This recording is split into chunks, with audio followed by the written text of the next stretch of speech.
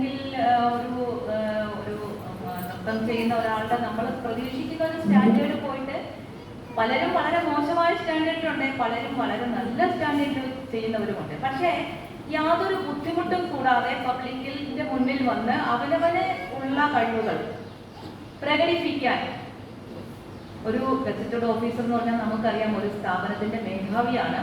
തീർച്ചയായിട്ടും പൊതുജനങ്ങളുടെ മുന്നിലും ആ സ്ഥാപനത്തിലുള്ള അംഗങ്ങളുടെ അല്ലെങ്കിൽ അവിടെയുള്ള ജോലി ചെയ്യുന്ന ജീവനക്കാരുടെ മുന്നിലും നല്ലൊരു സ്ഥാനത്തിരിക്കുന്നവരാണ്. അവരെ സംബന്ധിച്ചോളം അവർ യാതൊരു ബുദ്ധിമുട്ടും കൂടാതെ അവർ വന്ന് ഡാൻസ് ചെയ്യുന്നു, പാടുന്നു. നന്നായി പാടുന്നവർ, വളരെ നന്നായി പാടുന്ന ആൾക്കാര് ഉണ്ട്. എന്നാൽ അത്ര നമുക്കൊരു അത്ഭുതമാണെന്ന് പറയാൻ പറ്റാത്ത ആൾക്കാരുമുണ്ട്.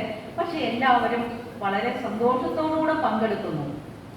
ഇത് ഈ കഴിഞ്ഞ കുറച്ച് 2-3 വർഷങ്ങളായിട്ട് ഞങ്ങൾ കാണുന്നതാണ്. പല സംഘടനകൾ, ജീവനക്കാരുടെ സംഘടനകൾ അല്ലെങ്കിൽ അധ്യാപകരുടെ സംഘടനകൾ, ഇവരൊക്കെ കലാമേളകൾ സംഘടിപ്പിക്കുന്നുണ്ട്. അപ്പോൾ ഏത് ഏജിലുള്ള ആൾക്കാരെ സംബന്ധിച്ചും കല എന്ന് പറയുന്നത് എല്ലാവർക്കും വേണ്ടിയുള്ളതാണ്.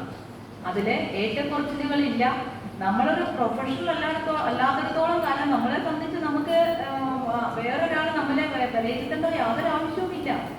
നമുക്കത് പ്രകടിപ്പിക്കാൻ, നേരത്തെ മാറ്റി പറഞ്ഞ പോലെ നമ്മുടെ കഴിവുകളും കഴിവുകേടുകളും പബ്ലിക്കായിട്ട് നമുക്ക് പ്രദർശിപ്പിക്കാൻ പറ്റുക എന്ന് പറയുന്ന ഒരു വലിയ സന്തോഷമുണ്ടാക്കുന്ന ഒരു കാര്യമാണ്. നമ്മൾ വലിയൊരു പാട്ടുകാരനല്ല, അത് കുഴപ്പമില്ല. ഞാനൊരു വലിയ പാട്ടുകാരനായിട്ടേ ഞാൻ പാടും എന്ന് വിചാരിച്ചാൽ ചിലപ്പോൾ നടന്നില്ല എന്ന് വരും. കാരണം നിങ്ങളുടെ പ്രൊഫഷൻ വേറെ ആവാം. ഞാനിരിക്കുന്ന ഒരു പ്രൊഫഷൻ എന്ന് പറഞ്ഞാൽ ഞങ്ങൾക്ക് സിസ്റ്റമാറ്റിക് ആയിട്ട് അത് പഠിച്ച് ഞങ്ങൾ അങ്ങനെ പാടുന്നവരാണ്. അത് ഞങ്ങളുടെ പ്രൊഫഷനാണ്. അതുകൊണ്ട് ഞങ്ങൾ ചിലപ്പോൾ മോശമല്ലാതെ പാടിയെന്ന് വരാം. പക്ഷെ അങ്ങനെ പാടുന്നില്ല എന്നുള്ളതുകൊണ്ട് വേറെ ആരും മോശക്കാരാവുന്നില്ല. അവരവരുടെ ടെൻഷൻസ് റിലീവ് ചെയ്യാൻ ഏറ്റവും നല്ലൊരു ഉപാധിയാണ് ഇതുപോലത്തെ റിക്രിയേഷൻ ക്ലബ്ബുകൾ. എല്ലാ സ്ഥാപനങ്ങളിലും ഇതുപോലത്തെ റിക്രിയേഷൻ ക്ലബ്ബുകൾ ഉണ്ടാവണം.